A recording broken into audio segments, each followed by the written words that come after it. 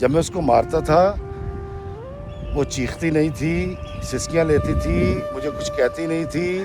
اس کی برداشت کو دیکھ کر بجائے اس کے کہ میرے دل میں رحم آتا، میں اور زیادہ تیش میں آ کے اس کو مارا کرتا تھا۔ کہتا اس کے بعد میری 4 سالیوں کی شادیاں ہوئی، میں نے کسی ایک شادی میں اپنی بیوی کو نہیں جانے دیا، اور میں نے اپنی بیوی کو کہ خبردار اگر تو نے اپنی ماں سے فون پہ بات کی، ملنے کی کوشش کی یا تو گئی تو میری طرف سے تو یہ طلاق ہے۔ یونیورسٹی میں نے اس کو چھڑا دی، کہیں بھی جانے آنے پر پابندی تھی، موبائل اس کے پاس نہیں تھا، لینڈ نمبر اٹھانے کی اس کو اجازت نہیں تھی، اور میری یہ شرط تھی کہ جب میں تجھے ماروں گا تو نے رونا ہے، آواز باہر نہ نکلے، سسکیاں لے سکتی ہے، اور وہ ایسے ہی کرتی تھی۔ کہتے افتخار بھائی میں یہ ساری باتوں کا اعتراف کرتا ہوں کہ میں بڑا گھٹیا آدمی تھا اور بڑا گھٹیا سوچ کا بندہ تھا۔ سمٹی ہوئی بیٹھی ہوئی کوثر مجھے بہت بری لگ رہی تھی، اور مجھے لگا کہ یہ بد کردار ہے، اور کہتا اس بات کو میرے دماغ میں ڈالنے میں میری اماں کا بڑا ہاتھ تھا۔ انہوں نے میرے دماغ میں یہ ڈالا کہ منگنی کے بعد تیری جاب چلی گئی ہے، پتنی اس لڑکی کا پیر بھاری ہے۔ دایاں جو حصہ تھا پورا اس پر فالج ہوا ہوا تھا، اس کا دایاں ہاتھ بھی نہیں ہلتا تھا، ٹانگ بھی نہیں ہلتی تھی، اور آدھا جسم جو ہے وہ فالج زدہ تھا۔ السلام علیکم میرے عزیزو قارب، میرے عزیزو، میں ہوں افتخار رفیع، پیارے پاکستان کے سٹی آف لو لاہور سے۔ دوستو آج کی کہانی بڑی دلدوز اور بڑی عبرتناک کہانی ہے، اور یقیناً جو لوگ یہ سنیں گے اور دیکھیں گے وہ اس کہانی کو سننے کے بعد یقیناً اپنے دماغ کو ایسی سوچوں سے پاک رکھیں گے جو ابلیس ہمارے ذہن میں ڈالتا ہے، اور اجتناب کریں گے ان حرکتوں سے جو یہ صاحب کرتے رہے۔ دوستو ابھی کچھ دن پہلے میں اپنے ایک عزیز کی عیادت کے لیے میں ہاسپٹل گیا تھا، اور وہاں پر میں جنرل وارڈ میں اپنے عزیز کے پاس بیٹھا تھا، تو ایک بچی 22-23 سال کی میرے پاس آئی، اور اس نے کہا جی کہ میرے بھائی یہاں پر ایڈمٹ ہیں اور وہ آپ سے ملنا چاہتے ہیں۔ تو میں نے ان سے کہا جی میں ابھی یہاں سے فارغ ہو کے ان کے پاس ضرور آتا ہوں۔ تو مجھے بڑا اچھا لگا کہ ایک مریض نے اگر مجھے پہچانا ہے اور وہ ملنا چاہتا ہے۔ تو جب میں اپنے عزیز کی عیادت سے فارغ ہوا تو میں ان کے بیڈ پر چلا گیا تھا۔ وہ بیڈ نمبر 13 پر لیٹے ہوئے تھے۔ وہ صاحب، اس کی عمر تھی تقریباً 42 سال کے قریب، اچھا تگڑا شخص تھا، لیکن اس کا دایاں جو حصہ تھا پورا اس پر فالج ہوا ہوا تھا، اس کا دایاں ہاتھ بھی نہیں ہلتا تھا، ٹانگ بھی نہیں ہلتی تھی، اور آدھا جسم جو ہے وہ فالج زدہ تھا۔ اس نے بائیں ہاتھ سے میرے ساتھ ہاتھ ملایا، میں نے اس کی عیادت کی، وہ بڑا خوش ہوا۔ تو میں نے اس سے پوچھا کہ تمہارا نام کیا ہے؟ تو اس نے کہا جی میرا نام جاوید ہے اور میں لاہور کا ہی رہنے والا ہوں۔ تو میں نے کہا نوجوان اتنی چھوٹی سی عمر میں یہ کیا ہوا؟ کہتا جی مجھے فالج ہوا ہے اور آج 15 دن سے میں یہاں پر ایڈمٹ ہوں، اور 15 دن سے میں موبائل پر آپ کی ویڈیوز دیکھ رہا ہوں۔ میں کہا یار چلو اچھی بات ہے، مجھے خوشی ہوئی یہ سن کے کہ میری جو ویڈیوز ہیں وہ ہاسپٹل میں مریض بھی دیکھتے ہیں۔ تو میں نے کہا کچھ انٹرٹین ہوئے آپ؟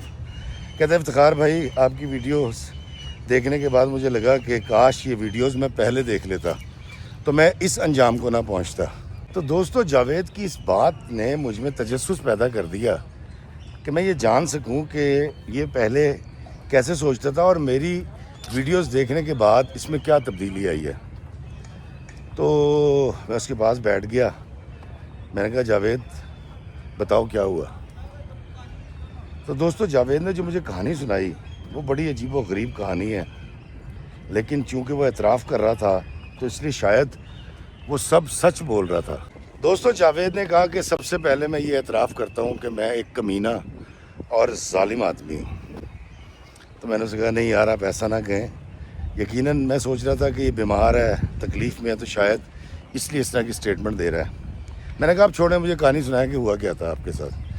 کہتا جی میں نے BA کر رکھا ہے، اور آج سے تقریباً 15 سال پہلے میری منگنی ہوئی تھی، اور منگنی ایسے ہوئی تھی کہ ایک رشتے والی رشتہ لے کر آئی، اور اس نے آ کے بتایا کہ ایک فیملی ہے، ان کی 5 بیٹی ہیں، اور جس لڑکی کا رشتہ میرے لیے آیا وہ لڑکی سب سے بڑی تھی.